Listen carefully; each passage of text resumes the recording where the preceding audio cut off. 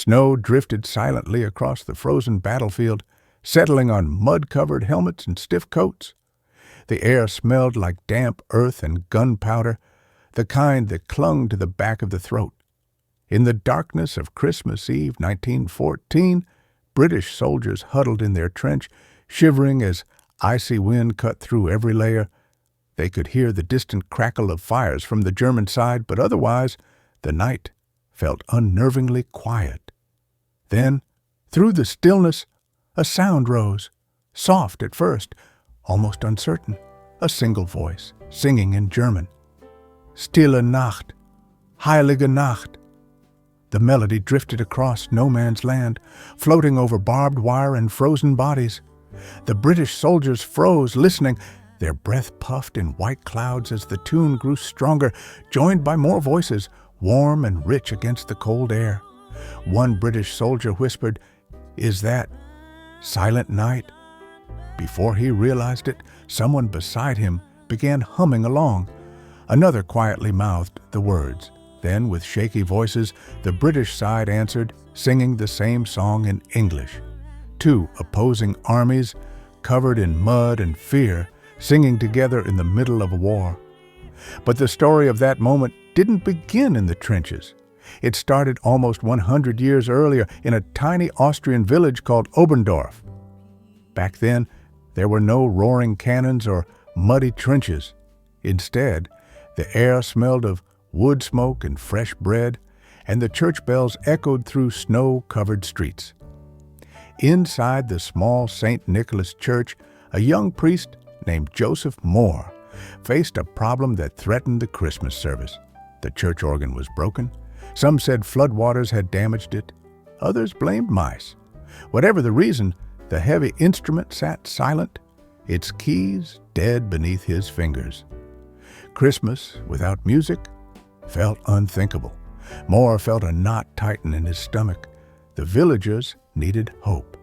Many were still recovering from the devastation of the Napoleonic Wars. Families were hungry, tired, and grieving. Christmas was supposed to lift their spirits, not disappoint them. Then he remembered a poem he had written 2 years earlier, a simple reflection on peace and the quiet holiness of Christmas night. Stille Nacht, heilige Nacht. He slipped the folded paper into his coat and stepped out into the snow. The cold bit at his cheeks as he walked to the nearby town of Arnsdorf. His boots crunched through the icy path, and every breath tasted like winter. He reached the home of Franz Xaver Gruber, the local school teacher and church organist. Candlelight flickered in the window, glowing warm against the dark sky. When Gruber opened the door, the smell of fresh soup filled the air. Mohr held out the poem. "Can you write a melody for this? Something we can sing tonight, without the organ?" Gruber read it, his brow softening. He sat down with his guitar, fingers brushing the strings, testing gentle chords. Within hours, he created a tune, simple, peaceful, and easy to learn. The kind of melody that felt like a warm blanket on a cold night. That night, December 24th, 1818, the tiny church glowed with candlelight. The congregation sat close together, their breath visible in the chilly air.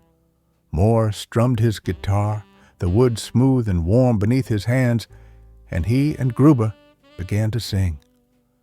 Stille Nacht, heilige Nacht.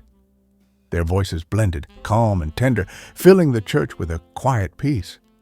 Villagers listened with tears in their eyes, the sound wrapping around them like comfort.